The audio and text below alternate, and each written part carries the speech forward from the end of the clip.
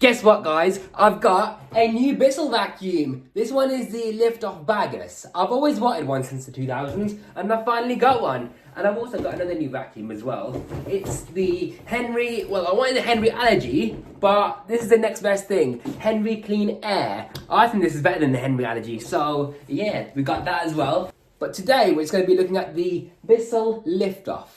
So, let's take a look at it. Such a nice nostalgic machine, isn't it? Well, it is for me anyways, because I used to see these and I thought they looked pretty cool. I've never had one of these before, and I've never used one either. So, it's got the cable right here. I'm not sure how long it is, but it seems like an alright length. I don't like how the cable comes at the base of the machine, so you're more likely to run over it when vacuuming. But luckily, there is a cable hook on the top, so you can just clip it onto there and have it out the way. Now, the reason why it's called Bissell Lift-off is you can actually detach the unit of the vacuum, much like a Shark lift-away. And yeah, this is the lift-off machine that came before Shark's lift-away. So Shark didn't actually invent the lift-away, but it's got the pipe on board, which you lift up by this little, I don't know what that is. It's like a little plastic tab that you lift up on. Quite unusual, but it swirls around. So that's not too bad. I've seen worse. It is a pretty hefty full-size machine though. I wish there was a way to clip it on the base somewhere so that the machine will follow you around. But then again, there's no point of that, is there? Because it's a lift away. You're meant to hold the machine in one hand and then use the pipe in the other. You've got some nice accessories though. Well, I say that. They're not actually that nice. You twist this little neck right here to divert the suction onto the other tool. But yeah, you got your dosing brush and then a stair tool. And it's triangular as well, so it reaches into corners. That's nice. There's a very decent looking crevice tool right here with no air relief valves or anything. It's just a proper crevice tool. All the tools are friction fit, so they just fit on nicely. And it's pretty nice to use with just the tools, so I'm really happy with that. And lastly, you got this telescopic plastic wand. So you just extend it like this, give it a little twist on this little cuff right here, and then you have your extension tube. So I quite like that design, you know. I think it's pretty good. And this pipe is actually king, so I've had to turn it upside down to open it up a bit, like so. Here are your controls. You got the power on and off switch, and you got the brush control as well. Now, this entire see-through section is your cyclone and bin. So it's a single cyclone, but to empty, you have to move this little lever all the way to the left for you to be able to remove this cup right here. That's your bin. And it's actually quite a nice design, you know, because you can just tip it upside down, the dirt all falls out in one go. There's no need to shake it out. And this is your filter, so just turn it a little bit. Out comes your sponge filter. So yeah, that just comes off, ready for washing. And when hair gets wrapped around this shroud right here, what you can do is either reach up in here and try and pull it out, or on the back, you've got this little locking thing. So just turn it anti-clockwise, and then that allows you to lift out this entire cyclone. There's two screws here, so you can remove the entire shroud, but to be honest, you can just wash it whole as it is. So it's not the worst design. I mean, it's fairly nice. You can just easily maintain it like that. Put the bin back on, lock it into place, and that's that. There's another filter right here on the front. I believe that's another pre-motor filter because it's just a sponge, isn't it? And that's how thick the sponge is. That's good to see. Bissell's might not have the best filtration because they haven't got seals around their filters, but they have got nice sponges, so they do maintain the airflow for a while before it entirely loses suction. And on the back, you've got your post-motor filter, which is a HEPA sort of filter. Actually, no, it's not a HEPA, it's just a pleated. Is it HEPA? I don't know. But yeah, there's no seals around it, so it's definitely not HEPA anyways. There's the information sticker. It states that it's 1300 to 1600 watts. As for the date of manufacture, I don't know when it was made, so if anyone knows, let me know. Oh my days, I forgot to put the filter back in. Ah. Yeah, I like these stickers though, all over the vacuum, giving it character. It's not really something you see much on vacuum cleaners these days. Do you know what I mean? Oh, and by the way, if you're wondering why this part is all cloudy, it's because I've polished this area as much as I could, but I couldn't reach the top part because there's like a bit of plastic with my polishing wheel couldn't reach. So that's that's literally why. On the cleaner head, you've got this height adjustment. You've got 7 different height adjustment settings. And there's another sticker, which is faded. That looks quite nice, actually, the ones with the yellow shroud. I remember them existing, but this one's a red shroud. There's a bit of damage on the bin right here, but that's only cosmetic. Still really happy with the machine. And I believe in the US they had a headlight over here, whereas this one, being a UK model, is just a blanking piece. Nice wide path cleaning range. There's your belt drive. Do you know what? This is actually a twin motor setup machine. So you know how you got the main suction motor right in here. Inside the cleaner head, you've got a separate motor, which is actually quite big, you know. It's a very serious looking motor. It's about that big. And then that drives a rubber belt. Yes, rubber belt, not tooth belt, to power this brush bar. And it's actually a pretty good brush bar, you know. Very stiff bristles. Let's see how far they stick out the base. Look at that. You can tell it's a proper American machine where the bristles actually stick out the base quite far. So that's good. It's going to work well on not only low pile carpets, but medium pile and maybe even deep pile as well. It reminds me of a Hoover wind tunnel brush bar mainly because of how it's designed. So that's good. They're pretty aggressive brush bars.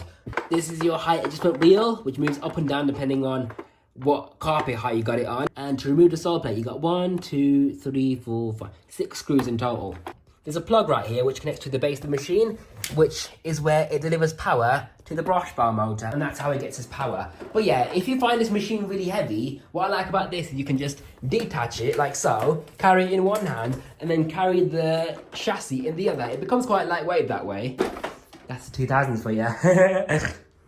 So let's see what this vacuum can pick up then. I haven't vacuumed in a while, so I mean, you can see the state of the carpet. There's no carpet lines. There's a bit of debris, so yeah, this will be interesting. And then you've got the brush bar on as well. And there you are. It feels quite aggressive actually. You can really feel it digging into the carpet. Although not that much because it's on the higher setting.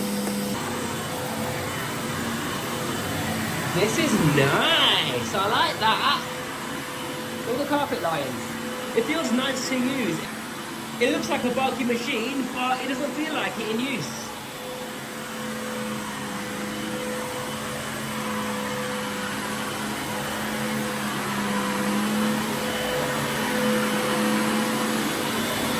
Look at that so far.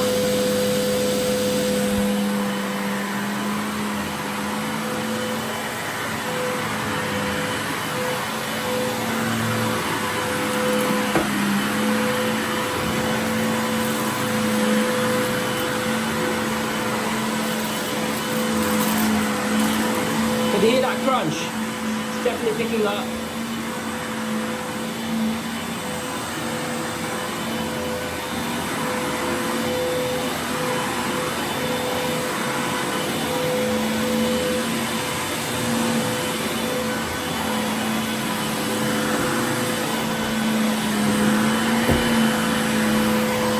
There's Henry box up the way.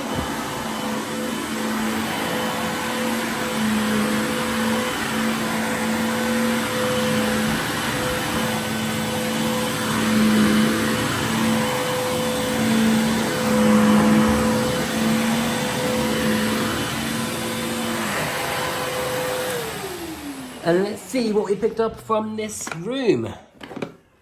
Wow, check it out.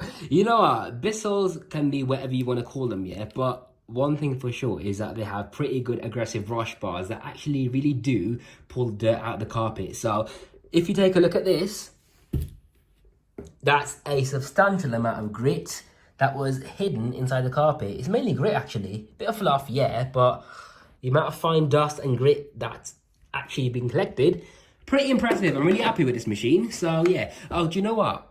And also guys, you know this grey carpet on the stairs and landing? Well, let's just say this is the last time you're going to see it. So we might as well test something out on that carpet for the last time because I'm actually getting a new carpet, which is very much like this one. So if you're excited about that, give this video a thumbs up.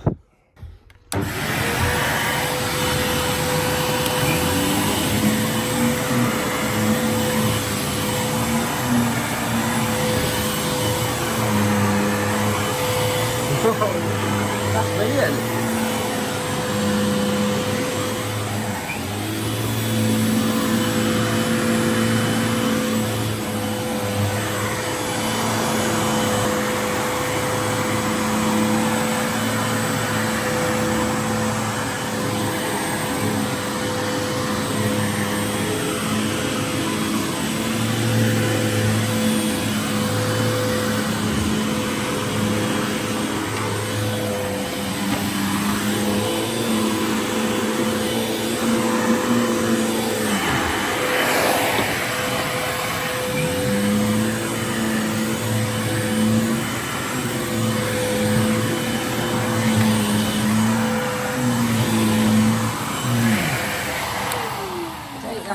standing vacuumed. Let's see what it picked up from this area.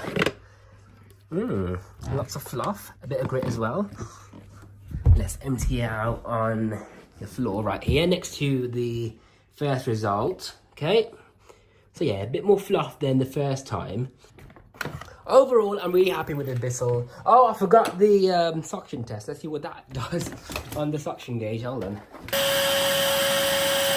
Yeah, Bissell's never really had powerful motors, did they? They never really had high suction, but they make up for that with having a fantastic brush bar. So yeah, that's how Bissell's mostly work. Now let's have a quick look at the pre-motor filters. There's a bit of dust on there already. Yeah, quite dusty indeed. This is so annoying. I can't believe that they actually made you hold it from here. There's literally no way you can hold it properly in this limited space, so you have to rely on this little plastic piece to push it back in. So this is the Bissell Lift-off bagless upright vacuum cleaner. If you want to see a performance test on this machine, let me know in the comments below.